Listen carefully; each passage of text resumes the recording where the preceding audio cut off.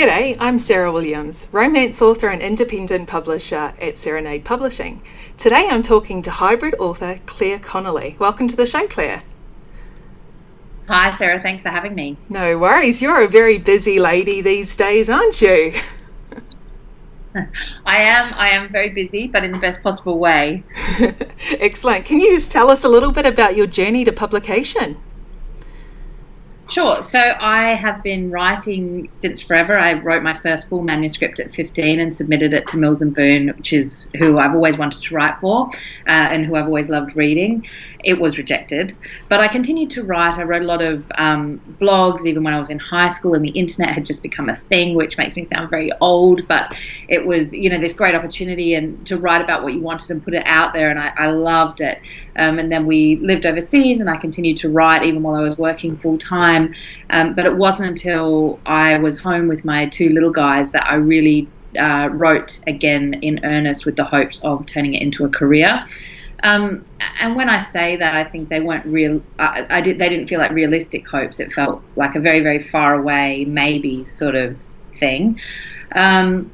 Again, I started submitting to Mills and Boon and had a few rejections from them, which was very disheartening. But the fact that it took 6 months to sort of get your rejection meant I was already another book down the track by the time I got it. So I was invested in something else, and it wasn't as horrifying as it might otherwise have been.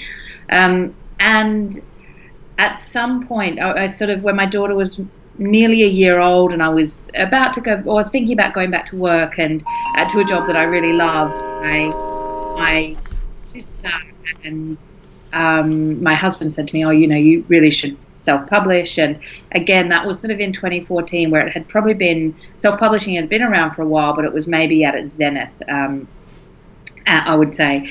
And I self-published. I did it, and I really didn't think it through because I just knew that I'd written this book. So I was initially I used an Amazon cover creator and an Amazon image.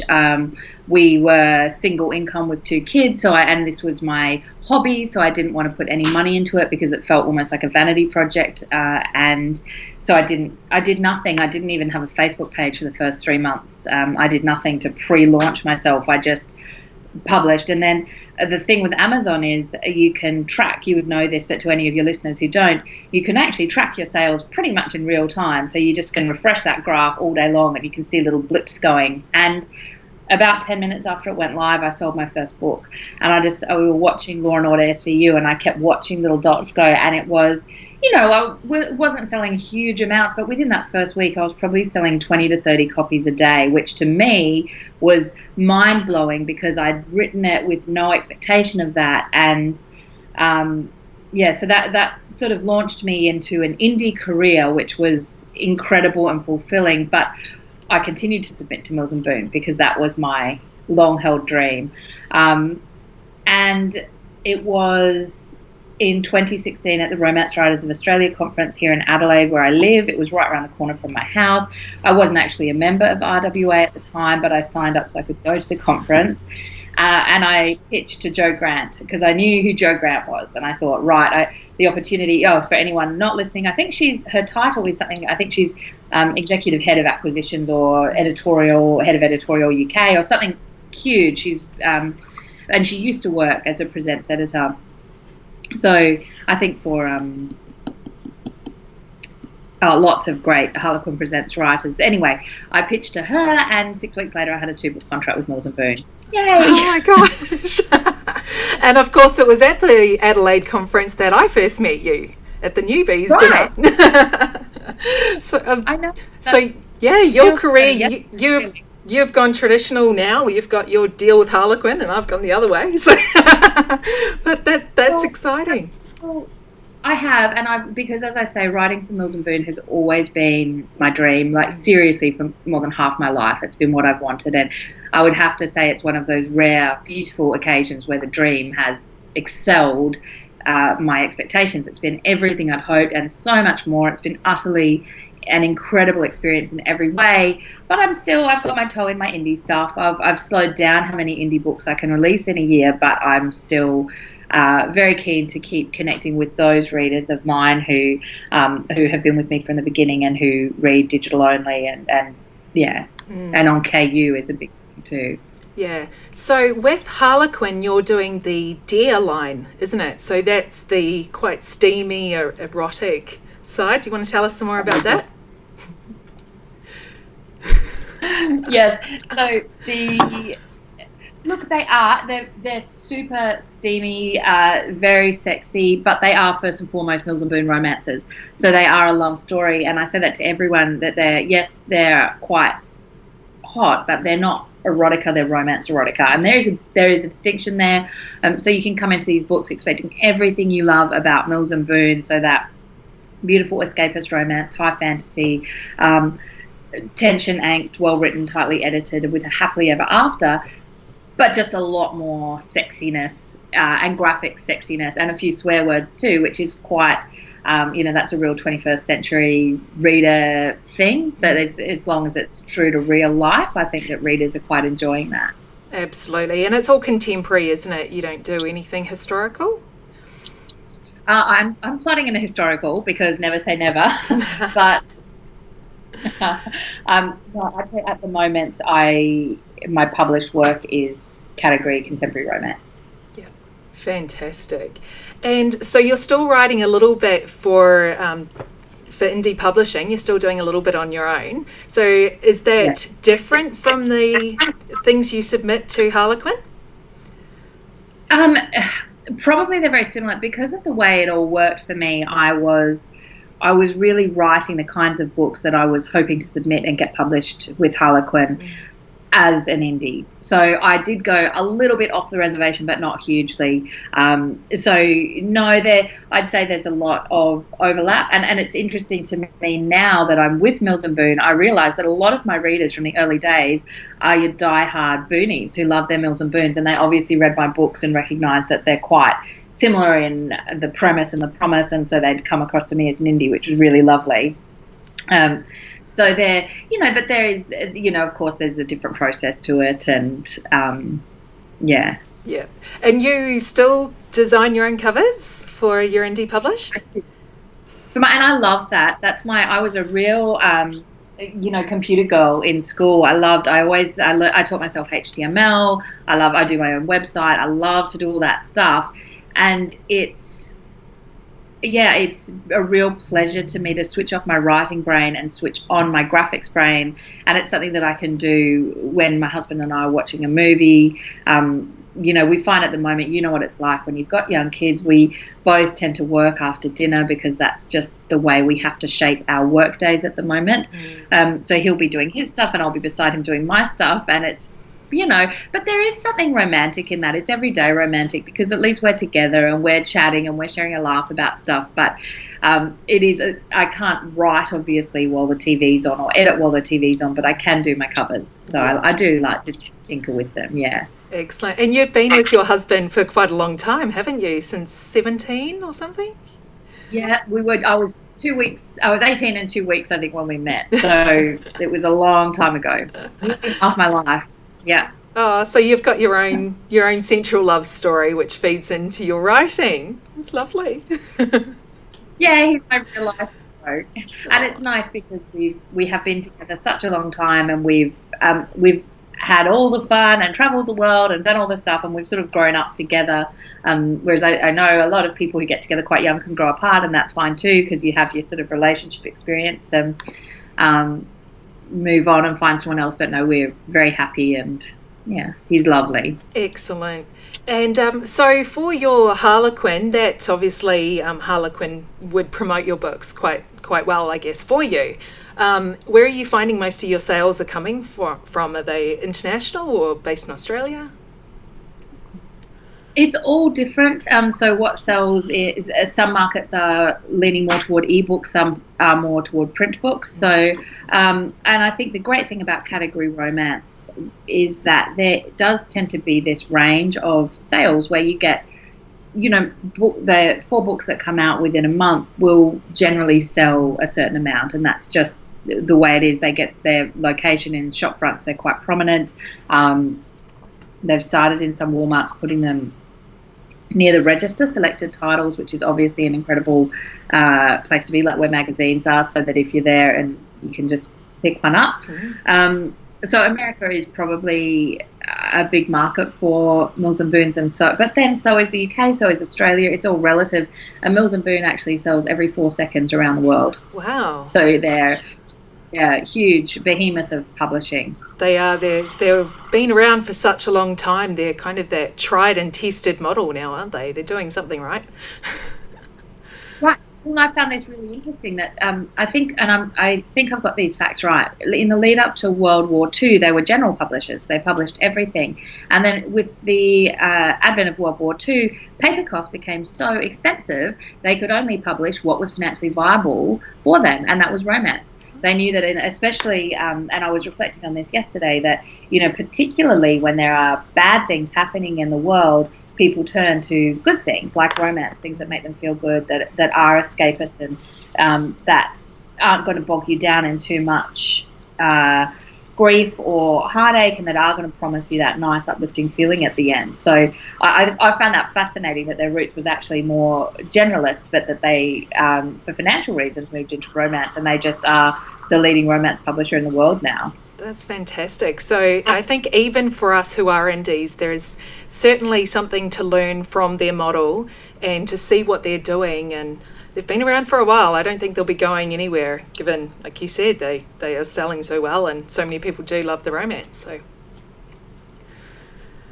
Right, and I think as well the great thing about Mills and Boon is that they capture, within Mills and Boon there are so many different sub-genres. So you've got your love-inspired and your nocturne, and you've got your presents and your cherish. And so you've got, if you want to read a romance where the couple aren't intimate together at all, they've got a line for that. If you want to read one where they're intimate but you don't see it, there's a line for that. Intimate and you do see it, that's what I write for with Mills and Boon Sexy or Harlequin Presents.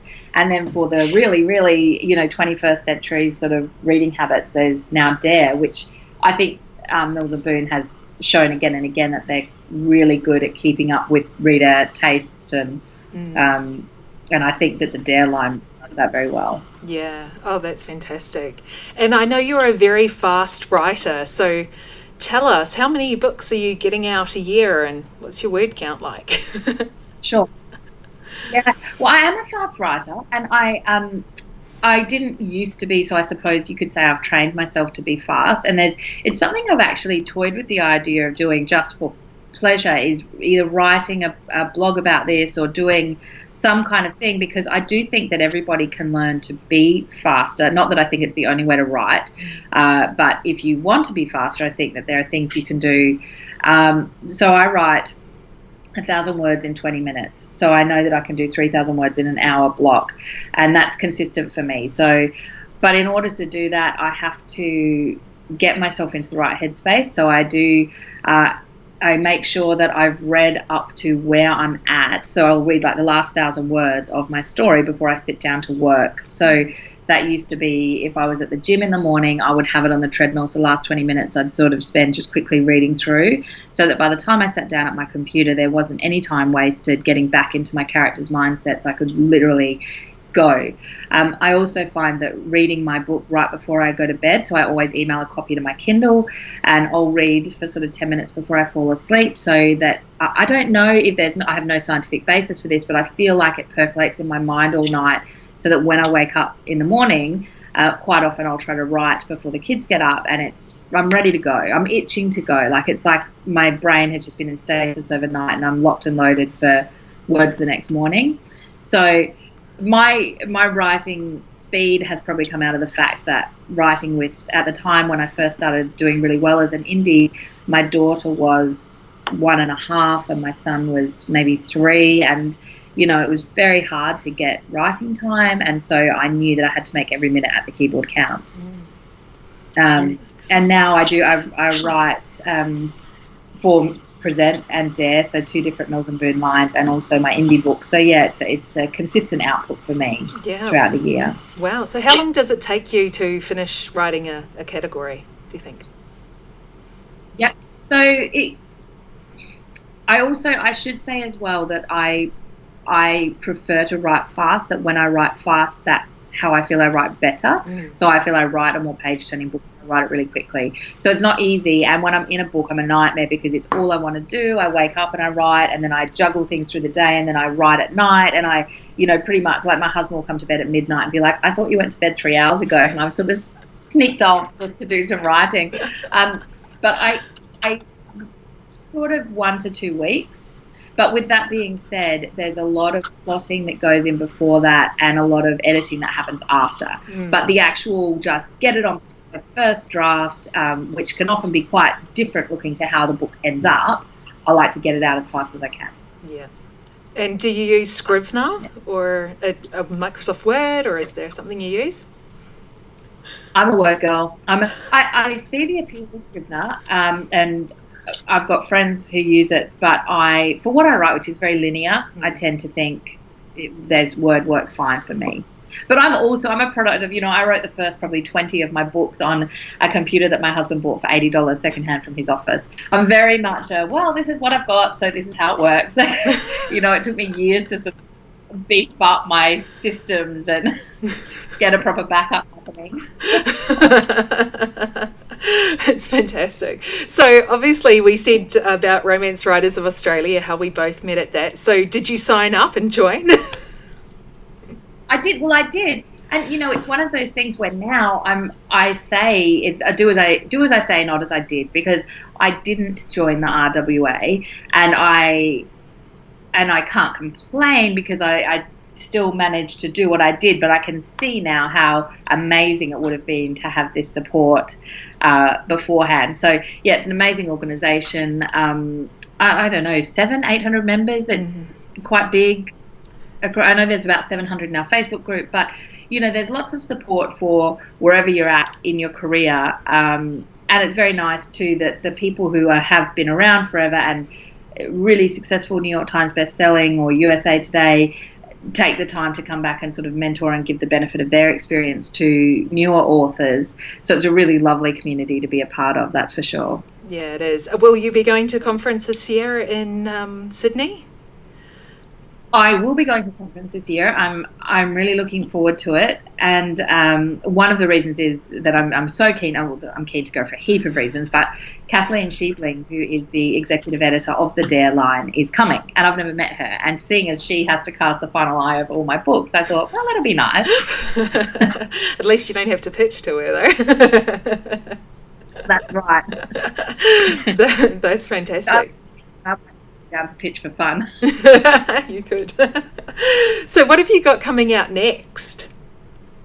So I have got, so the book that's out at the moment is my Mills and Boon Dare, which is called Off Limits, and that's a February title, so in stores now. I have Her Wedding Night Surrender, which is a Mills and Boon Presents, or Sexy, which is out in April. And then I have another Mills and Boon Dare in May, which is called Burn Me Once. And in the meantime, I've got Betting His Innocent Mistress, which is an indie book of mine, which actually comes out on the 6th of March, my wedding anniversary, as it happens. Congratulations. So you've got Thank you. Lots of things going there. And if anyone's... Yes, I'm in a release bottleneck at the moment, which is really nice. And then I sort of look toward the end of the year. I go, what's coming out then? But I know there are things there too. It seems like you've got several that you're working on at the same time. And obviously, if you can put them out that often, then people won't have to wait. And we know how voracious romance readers are. So you've got that method down, right? Well, that's right. And the thing I love as well about Mills and Boon is the books that are coming out now are books I wrote a long time ago, really, in the scheme of things, or it feels like that. So the lead time is very different, and it's nice to know that I've got most of the books that will come out for the rest of this year are either written or in editorial. So I'm through the sort of the writing for that. Now I'm concentrating on what I'm writing next year. Yeah. Oh, wow. That's incredible. You're such an inspiration to us, Claire. I'm going to take all that back now and think, okay, I've got to get my writing speed up. That's brilliant. I should say, as I said, everyone's different. So I've got really good friends who are, 1,000 words a day. It's consistency. 1,000 words a day is more than a book in a year. Yeah. And you've obviously got all the stories there. You're not lacking for any story ideas. No, I'm not. I've got a big notebook full of quick thoughts as they come to me, and my phone is jammed with notes full of ideas. And then it's about drawing them out, as you would know, and making sure the plot will uh, go through the whole book and writing it. Yeah, absolutely. Well, thank you. Where can we find you online? So I have a website which is clareconnelly.com, so Clare, Connelly with 2 N's and 2 L's, or I'm available on all the social medias with @ClareWritesLove. Oh, well, thank you so much, Claire. I really appreciate you coming on the show today. Thanks, Sarah. Lovely to talk to you.